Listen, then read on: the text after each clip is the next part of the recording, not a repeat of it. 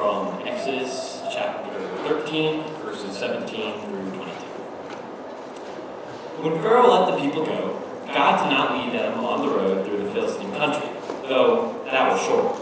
For God said, if they face war, they might change their minds and return to Egypt. So God led the people around by the desert road toward the Red Sea. The Israelites went up out of Egypt ready for battle. Moses took the bones of Joseph with him because Joseph had made the Israelites swear an oath. He had said, God will surely come to your aid, and then you must carry my bones up with you from this place. After leaving Succoth, they camped at Etham on the edge of the deserts. By day the Lord went ahead of them in a pillar of cloud to guide them on their way, and by night in a pillar of fire to give them light, so that they could travel by day or night. Neither the pillar of cloud by day, nor the pillar of fire by night left its place in front of the people.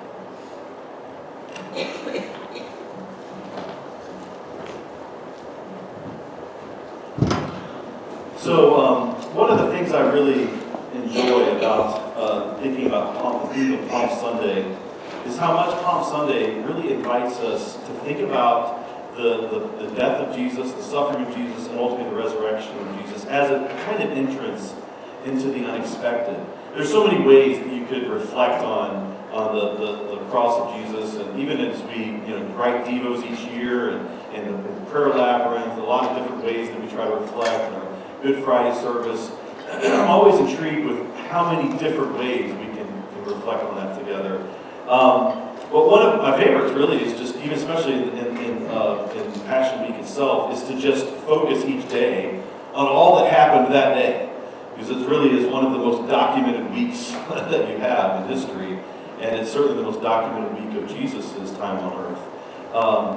But each day, there's a different journey, different things are happening. And there's this, what begins, of course, in Palm Sunday he is going in, greeted by crowds as a really kind of a conquering hero with this kind of sense of victory and anticipation. The crowds will then be by Friday shouting, crucify, crucify. Those aren't the same crowds.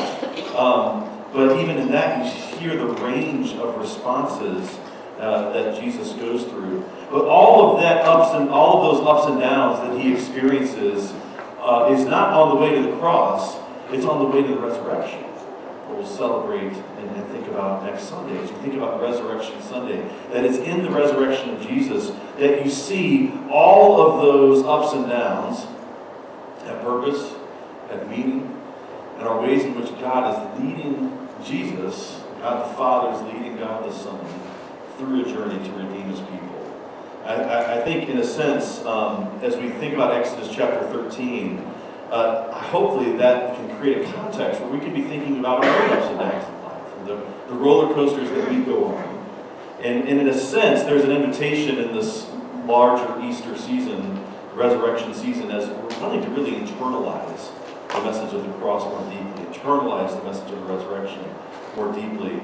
I think we have a similar invitation, a related invitation, in Exodus 13 to really internalize the story of Exodus, to remember that God goes before his people and leads them, even when he leads them into the wilderness of their lives. If you don't have your Bibles open to Exodus 13, I'd encourage you to do so. You have a lot going on. As I mentioned last week, we spent most of our time last week in Exodus 12 thinking about the Passover and all of the ways in which the Passover is an anticipation of the resurrection of Jesus. It leads us to the cross in really profound ways. But some of those same things continue here. I think it's really fascinating to me that that you come to really the high point of the Exodus. You have all of this long journey with these plagues, and he's taking Israel through this journey where they're seeing God bring this judgment on Egypt. And when you get to the high point, the death of the firstborn, the thing that he's most interested in doing is telling them about how they're going to be worshiping when they get to Canaan. There's all of this detail about their worship practices in the midst of this journey that has now begun. Last week we spent most of our time on the Passover, but there were some significant things that happened in chapter 12 too that we didn't talk as much about, which is that there was the death of the firstborn son of all of Egypt. Israel was protected. The Passover worked. Pharaoh, once his son is dead, says, hey, Moses, get your guys and get out of here as quickly as possible. And then they take off and they start traveling. Pretty significant stuff. The Exodus has begun. And so you get to chapter 13 and you're like, okay, we've got all the worship practice in place. Now we're on the move. Let's get some action. And what does he do in the very first thing? He talks about in verse 1, in 2, he talks about the consecration of the firstborn. And then guess what? Verse 3, he gives more worship practices about the Feast of the Unleavened Bread. He really wants them to think about worship. I want us to start thinking about that second section, verse 3 through about verse 10. And he has more to say about the Feast of the Unleavened Bread. When we talk about the Feast of the Unleavened Bread, what are we talking about? You're talking about this 7-day celebration around the Passover. They're not just going to practice Passover once back then. They're going to be practicing it every year. And they're not just going to practice it for one day every year. They're going to practice something around Passover, the theme of Passover, for 7 days, every single year. And what is it all about? Why does he put all of these practices in place? Well, he says it in the first verse, verse 3. Moses said to the people, remember this day in which you came out from Egypt, out of the house of slavery. For by a strong hand the Lord brought you out from this place. Worship is a regular act of remembering. That's what he has done for them. He is building out these worship practices I mentioned last week. All of the feasts and festivals that they have in ancient Israel are all built around the Exodus. That's what they do as a people. They get together and remember the Exodus. Why is that so important? Well, in this act of remembering, they're saying something about who God is. By a strong hand, the Lord brought you out. Their God is a deliverer. He is a strong deliverer. He's a capable deliverer. He can deliver them from anything. And then I also think it's compelling that there's this passing this on. They're training them. Verse 8 says, you shall tell your son on that day. It's because of the Lord, what the Lord did for me when I came out of Egypt. That's why we do what we do. In a sense, what's happening in this regular practice of worship is that their memory is becoming the group's memory.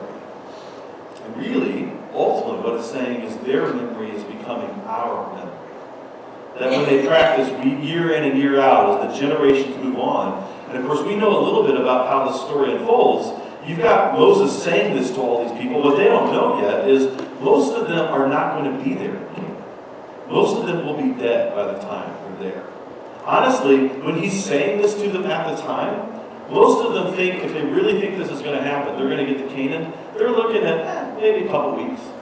A little 2-week journey. They'll make their jump on up there. That's not what's happening. They're 40 years removed from this, and most of them will die out.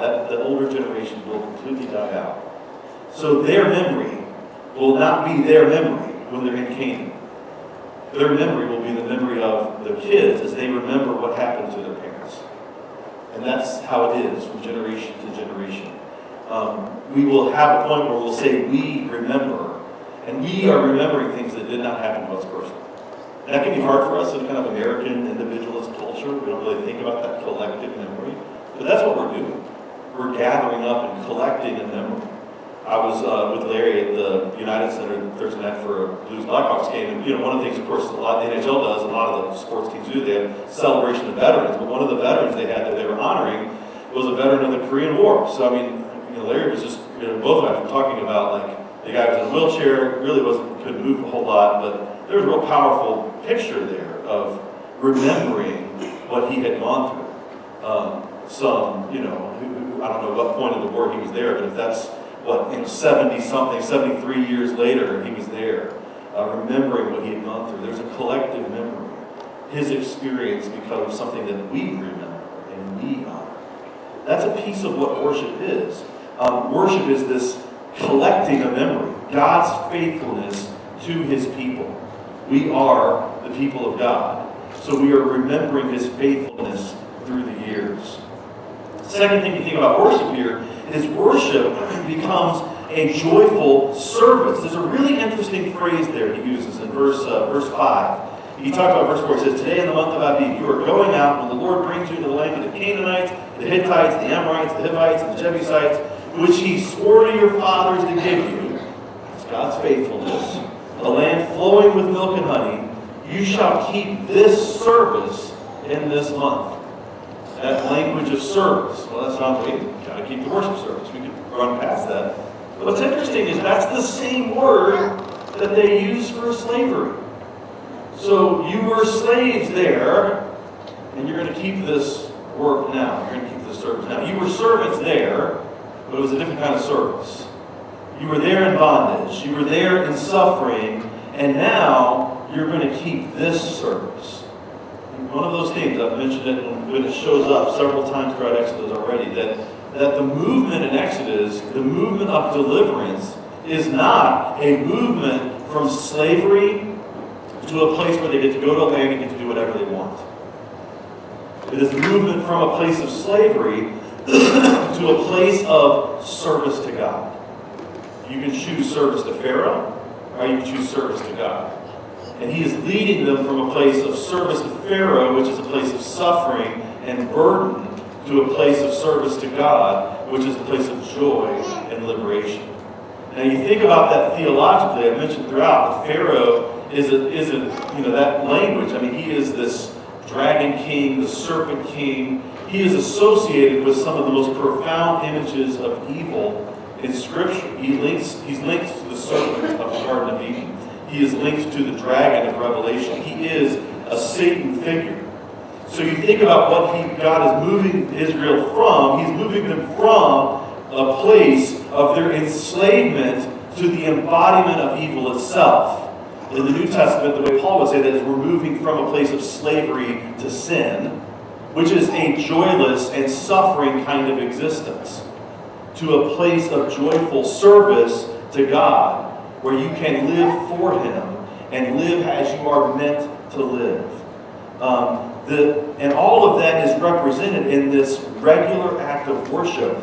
The ceremonial rhythms, these rhythms they return to year in and year out, is a gift that God is giving them, that they can remember whose they are and the joyful liberation they have because of what God has given them. And I think that helps us think about our own experience of worship. What are we doing week in and week out?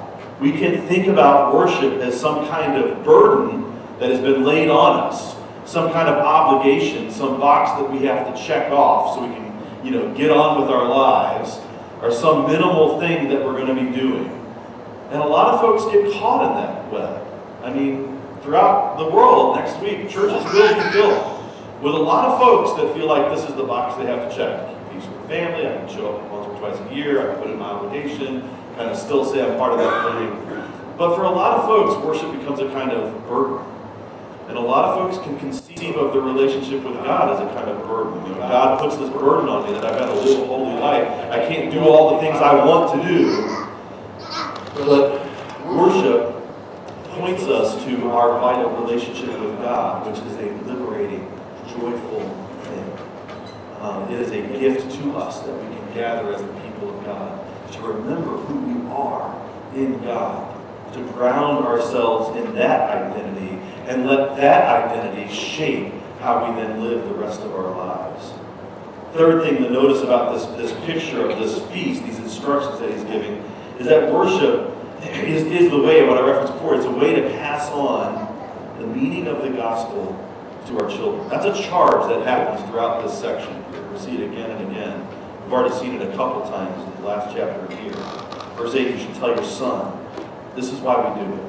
It'll be a sign on your hand that is a memorial between your eyes, and that the law of the Lord may be in your mouth. And of course, some in Orthodox Judaism took that quite literally. They literally put the word of the Lord on their forehead. All these different ways they want to represent that. But it is a charge to pass on the gift of worship. To pass on this explanation, why we do what we do. And the thing that's so compelling to me about Passover is in the rhythm of Passover. We saw it a little bit last week, that at the core of the ceremony of Passover is the asking of questions.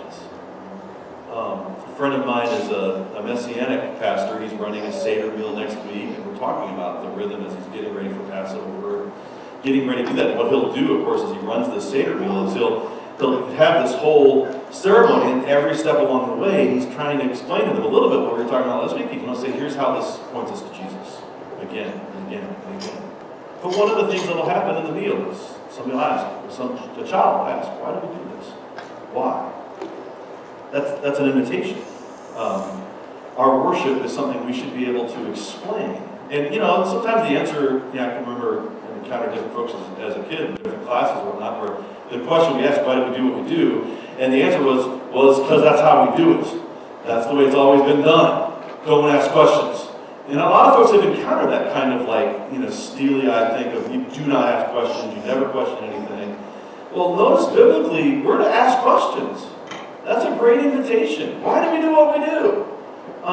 And the answer is not some kind of surface level, well, this is because of the way it's always been done, it's the routine. And it's not even just like a wooden answer of well, we have this verse and we saw this thing, and so we're just going to follow this pattern. But it's actually an invitation here. The answer is quite deep. And the worship pattern here is quite theologically formed. It's why do you do what you do? Because of who God is, because of what God has done, and how God is shaping us to be his people. And the rhythm of worship in Exodus 12 and 13 that he's establishing, and we'll see it more later on in Exodus, the rhythm of worship is that God is year in and year out, ceremony to ceremony, worship service to worship service, is hammering out their hearts in an Exodus shape. And as they go through this rhythm, they see their hearts shaped around the Exodus story. And what that does for them is it can ground them. It gives them something to return to. Because in Israel's story, there's going to be times to say, well, what are you, Israel? Well, we're kind of lousy, sinful, idol-worshiping people.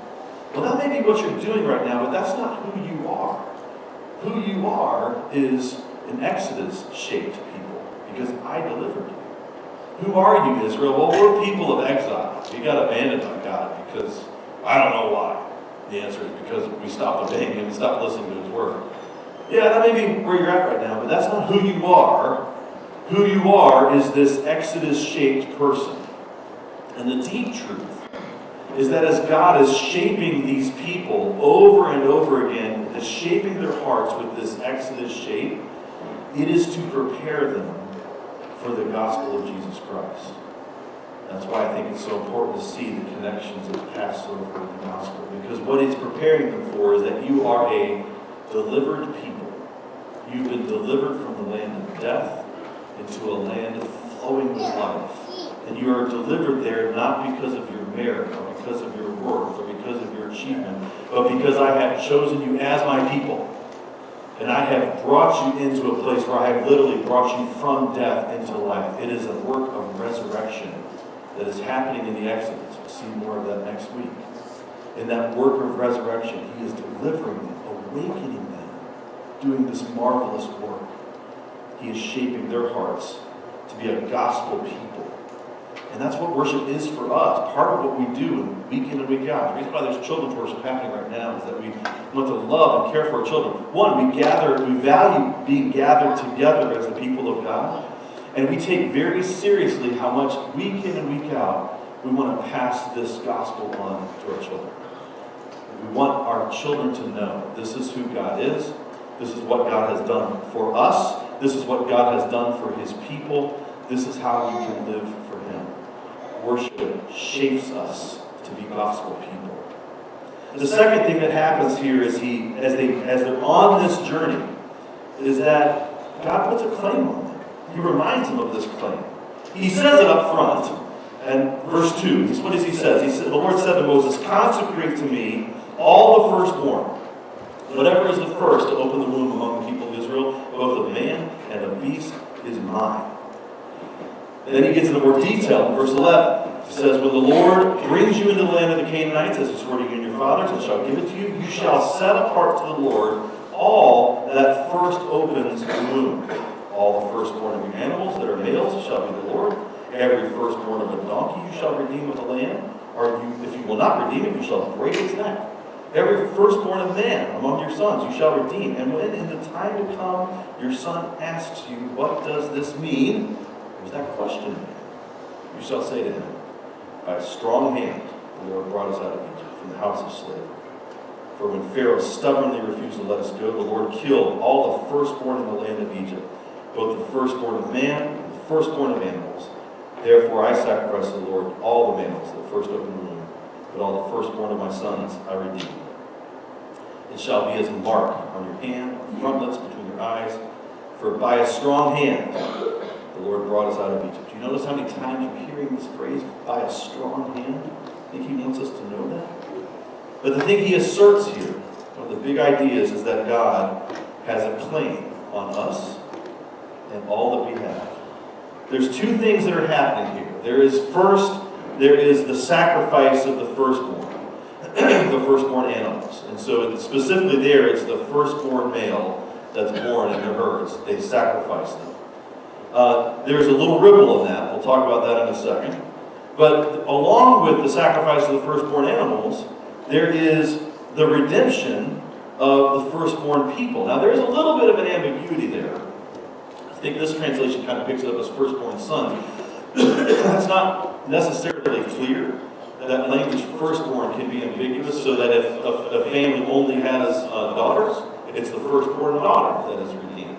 And I think that practice was there in the early years. You have this redemption, though, of people. You're required to sacrifice the firstborn animal. You don't have to sacrifice the people, you give them over. And that's a practice that then became instilled in Jewish culture for centuries. There's one example, big example, of a moment where the family shows up to dedicate them to the Lord, to redeem them. And essentially, they buy them back, and they don't buy them back. And of course, that was Samuel. Samuel becomes dedicated to the Lord. God keeps him for service, which is a little bit of an anticipation of Jesus. But in all of this, what is this about dedicating the firstborn? Well, the firstborn represents the first fruits. It's the first hope. It's the future. And in all of that, God lays claim to that. He has this ownership over them. And I think there's a principle here that we think about, that how God gets our best. God gets the first fruits of our lives. Now, that should be reflected in how we give, that reflected in how we serve. God does not just get the leftovers. I had a friend of mine who was a minister who would talk about the joke of getting donations to the church, and like the basic mindset would be just look at something and say, that thing ain't no good, just give it to the church. That can be a principle that we can have. You see, you kind of give the leftovers. What do I mean use for this? Let's just pass that on to the church. But that's not what's happening here. Here they're taking their very best. And to give the firstborn, depending on what kind of animal you're talking about, is itself kind of an act of faith. Because you may not know that there's going to be a second one. You're giving God the best. No, you may not have anything else coming your way. But that basic idea that God gets the best of who we are, that God lays claim to the best of us, then you have this strange idea of the redemption. And if you really want to feel the weirdness of this idea of the redemption, notice the parallel in the text. Verse 13, every firstborn of a donkey you'll redeem with a lamb, or if you'll not redeem it, you shall break its neck. And then every firstborn of man among your sons you shall redeem. Now, first off, what's going on with the donkey? Well, why are they having to redeem a donkey with a lamb? Well, it's really a picture of an example. The donkey is an unclean animal. You can't offer an unclean animal. You offer your best. We saw that last week in Passover. They're finding the best, the unclean, the unbroken, the perfect lamb is a fitting sacrifice to God. God takes the firstborn of their clean animals, but then they have this thing, this donkey. The donkey is kind of used, they can use it as a pack animal, but it is an unclean animal. So if you're going to take that one and say, well, God doesn't want that. He doesn't like unclean animals. Those aren't fitting sacrifice to him. That's saying something about, we just don't offer God unholy things. He says, well, you're going to have to redeem it by giving a lamb instead. Or if you're not going to redeem it, you can break its neck. And why is he doing that? Well, there's a simple idea. It may be that donkey is really valuable. They can use it as a pack pack animal, they've got a purpose for it, and so, I'm going to sacrifice a lamb because I need this donkey. I'm going to redeem this. I'm going to buy him back. But there's times, frankly, for an unclean animal, for Jewish people, they say, yeah, that thing's not worth much to us. But if I could have it for free, I would take it. And so he has them say, look, this does not belong to you. You can't get this back unless you'll redeem it with a lamb. And if you're not going to redeem it, then you cast it out, essentially, kill it, break its neck. From there, the very next thing he says is, every firstborn of the man among your sons you shall redeem. Now, how do you redeem it? Numbers 18 actually gives you the answer, which is there's a 5 shekel price. You pay 5 shekels and you can buy back your donkey or you can buy back your kid. Isn't that a strange idea? The people have the same value as the donkeys. Well, what is that? Well, because we're unclean too. God redeems us despite ourselves. Even the newborns, even Adam, is not a fitting sacrifice to God. You can't offer him and say, here's our best, here's our purest, our most innocent. It's not, we are unclean. There is a real powerful statement here in the redemption of the firstborn of this basic problem of sin. We're just a mess. And we know every newborn is beautiful and sweet and pure as they are. As soon as they can express defiance, they'll express defiance. Because that's what's in us. So there is this need for redemption. We have to be treated in the same way as the unclean animals. And even so, another profound piece of this, as we offer our firstborn and redeem them to buy them back, we are saying that our children belong to God. Not just our firstborn. Our firstborn, in their culture, the firstborn represents the next generation. The firstborn is considered the leader of the family. You train the firstborn, and the others will follow. And in a community or a culture that places a strong emphasis on family, they can make that kind of expectation. It's not so much so today. In kind of individualist American culture, we can expect every kid's going to do different. They may not listen to each other. And very different kind of experience. But for them, that firstborn represents the future. So we are saying, God is saying here, as he gives them this instruction, that your children belong to me. Our children belong to God, not to us. My family belongs to God, not to me. My future belongs to God, not to me. And in fact, I belong to God, not to me. 1 Corinthians 6, Paul says, you were bought with a price. You have been redeemed. That language of redemption leads us to the cross. God has bought us. He has laid claim on us. We are not our own. We belong to him.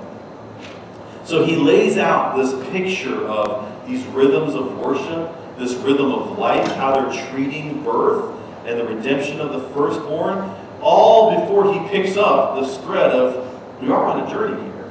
What's happening? And that's the piece that Gage read for us in verse 17.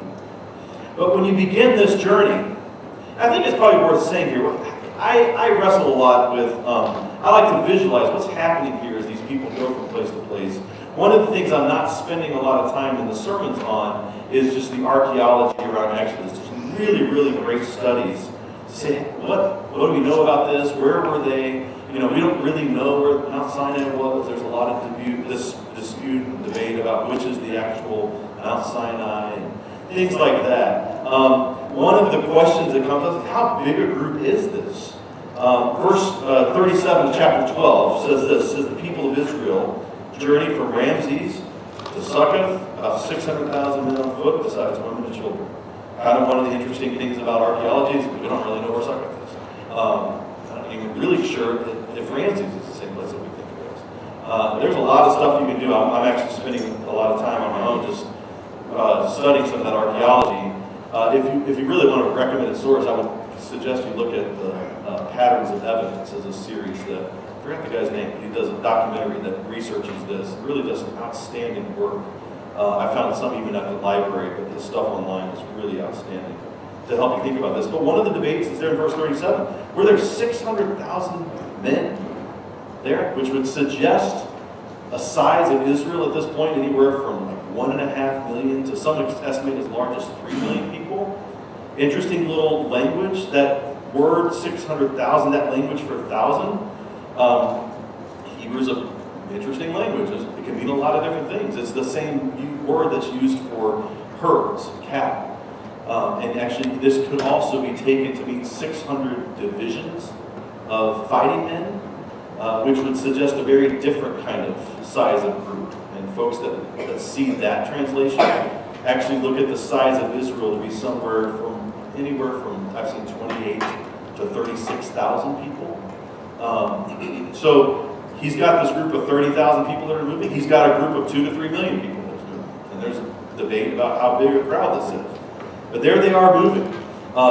They're on the move. And then there's a choice. Verse 17, when the Pharaoh let the people go, God did not lead them by way of the land of the Philistines.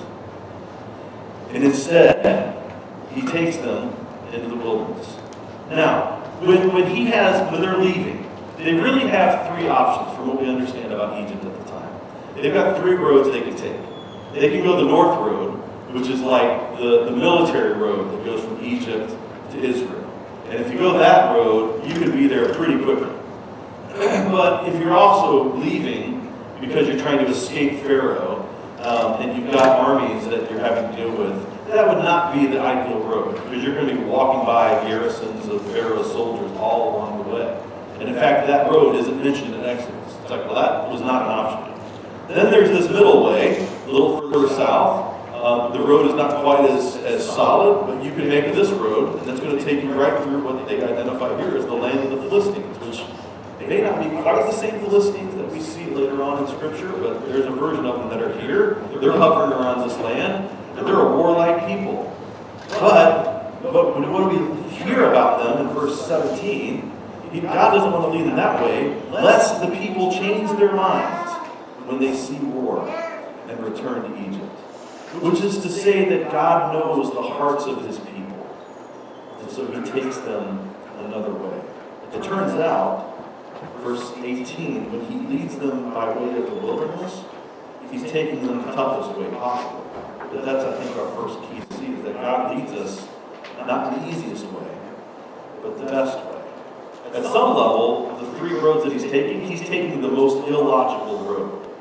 But he knows where his people are at. These are people that have been spending 400 plus years enslaved. They're not people ready for war. Interestingly enough, the way he describes them, the people of Israel went up out of the land, verse 18, out of Egypt. And this translation says, equipped for battle. Really? He literally is taking them away from the battle. And that's one of those translation ideas. Equipped for battle could also be in formation. Maybe closer to what's happening there. They're organized as if to war. God knows that they are not ready for war. And the war that he's leading to is not the war that they're going to fight with their swords. Not yet. He's doing something quite different. But God knows their hearts. He knows his people. He knows how he needs to lead them. And I think that's an important thing for us to see about how God relates to us. He does not always lead us the easiest way. It's not always the easy path, but it is the best path for us. God has tailored this journey as Israel needs to go. And so the second idea is that God leads his people into the wilderness for their good. I mean, you see that even in the commentary. It says, I know the people, if they see war right now, they're just going to wilt. And as we kind of know a little bit about Israel's journey in the desert, they wilt pretty easily along the way for a lot of even much lamer reasons than having to battle a really tough army. They're going to have a hard time. But he's leading them there for their good. He's leading them there because he knows their hearts. He's leading them there because they're not ready. And he's preparing them. And in all of that, there's this strange comment, verse 19. As they go, they take the bones of Joseph with them. And as the mummy of Joseph is being carried on into the land of promise, it's as if we have this great reminder of God's faithfulness. God buried Joseph there for a time, but now Joseph is literally being brought from the land of death into the land of life. It's a deliverance, a kind of resurrection a little bit of foreshadowing of what God is going to do for his people. And that leadership that he offers to his people never ends. He takes them into the wilderness. He takes them on to this crazy journey that doesn't seem to make a whole lot of sense. And we're going to look a little bit next week about the ways in which it just doesn't make sense. But in all that craziness, what is he doing? Verse 21. God is going before them. By day in a pillar of cloud, by night in a pillar of fire. That presence there is called, sometimes it's called the Shekinah glory. The glory of God is going before them. Sometimes it will be called the angel of the Lord. And anytime you hear the angel of the Lord in the Old Testament, you start thinking, is that Jesus? That Jesus is going before them. But here it's this presence of cloud and fire. It is this constant presence. And we are made to think that that is the same cloud. It's a cloud by day, it's a fire by night. It's the same thing. They have this constant presence going before them, guiding them. And he will give them that kind of leadership for 40 years. That's the leadership that he gives his people then. He leads them. He is before them. They can see him every single time. And of course, knowing that, they're still going to struggle. And it's going to take them 40 years to get there. Because even having that presence day in and day out, they'll still not trust. They'll still struggle to believe. Now we have the Spirit of God dwelling within us. We have his leadership as a constant presence, not just outside of us, going in front of us, but within us, leading us, shaping our hearts, making us into gospel-shaped people, changing who we are. And so with all of that, we have the presence of God going before us. We can trust him. I think the calling of Exodus chapter 13 is simply to trust in the presence of God, even in the wilderness. There's a little song that I think of when I see this chapter. It's Wayne Watson saying that sometimes a rough and rocky road can lead us to a beautiful place. As he goes into the wilderness, as he takes Israel into the wilderness, we recognize our own lives that we can experience all sorts of journeys into the wilderness, the unexpected place, the times that we go to those places we don't want to be going to, the times that we experience the hardships and the unknown. What will sustain us is the presence of God that goes before us and dwells within us. In the week of Jesus' suffering and ultimately his resurrection, there is this unexpected nature of suffering and death that leads to resurrection. And all of that was according to the plan, according to the purpose of God. God wasted none of the ups and downs. He did not waste the highs. He did not waste the lows. But used all of this for his glory. And just as with Israel, God has now laid claim on us. And he will lead his people where we need to go. So trust him. Even when you can't understand. Trust in the presence of God. Even in the wilderness. Let's pray. God, I pray your blessing on each of us. I pray for those who are in the wilderness right now, who are in those hard places. I pray that you will help them to trust you. I pray that you will shape each of our hearts to be gospel-shaped people, to embrace the beauty and the power of the resurrection, to lead us, to guide us. I thank you for your presence in our hearts and our lives. In Jesus' name. If we can help you in any way, please come while we stand and sing.